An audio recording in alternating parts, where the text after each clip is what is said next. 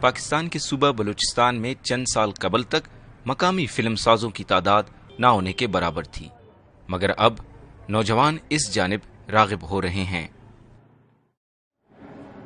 بلوچستان سے تعلق رکھنے والے فلم سازوں نے حال ہی میں کراچی، لاہور اور اسلام آباد میں تربیتی پروگراموں میں حصہ لیا اور اب وہ خود مختصر دورانیے کی فلمیں بنا رہے ہیں۔ نصیر رند نے اس شعبے میں باقاعدہ تعلیم حاصل کی ہے اور وہ کہتے ہیں کہ نوجوان منفرد اور حقیقی موضوعات پر فلمیں بنا رہے ہیں۔ ہمارے بلوچستان میں فلم میکنگ کے شارٹ کورسز اور فلم میکنگ کے فلم اسکولز کھل چکے ہیں، جس سے سالانہ 30 سے 40 لڑکے ہر اس فلم اسکول سے گریجویٹ ہو کے نکل رہے ہیں اور فلم میکنگ سیکھ رہے ہیں، اور اکثر اپنی فلمیں کراچی، لاہور، اسلام آباد یا انٹرنیشنل فلم فیسٹیول تک سبمٹ کر رہے ہیں۔ تو بلوچستان میں یہ بہت بڑی چینج ہے فلم میکرز کے لیے کہ ہم اپنی اسٹوریز، اپنے سوشل ایشوز کو کس طرح فلم کی نظر سے، فلم کے ذریعے سے لوگوں تک پہنچا رہے ہیں۔ پاکستان میں مختصر دورانیہ کی فلموں کے platform 60 second film festival نے اب چھوٹے شہروں کا بھی رخ کیا ہے۔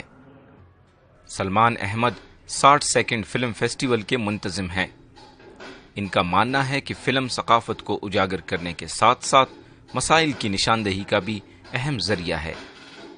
دیکھیں جی، ہماری تو یہ کوشش ہے کہ ہمارے فیسٹیول کی اسکریننگ پاکستان کے ہر شہر اور ہر گاؤں میں ہو اور ہماری بات ہر بندے تک پہنچے اور ہر جگہ کا بندہ امپاور ہو اور وہ اپنے علاقے کی آواز ایک فلم کی شکل میں ہم تک پہنچائے۔ جہاں تک بات بلوچستان کے ٹیلنٹ کی ہے، دیکھیں ٹیلنٹ کوئی محدود باؤنڈری نہیں رکھتا، جہاں پر انسان ہے وہاں پر ٹیلنٹ ہے۔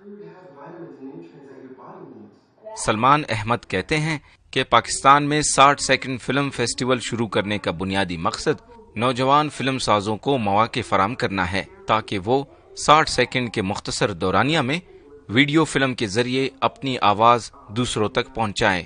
غلام مرتضی زہری، وائس آف امریکہ، کوئٹہ۔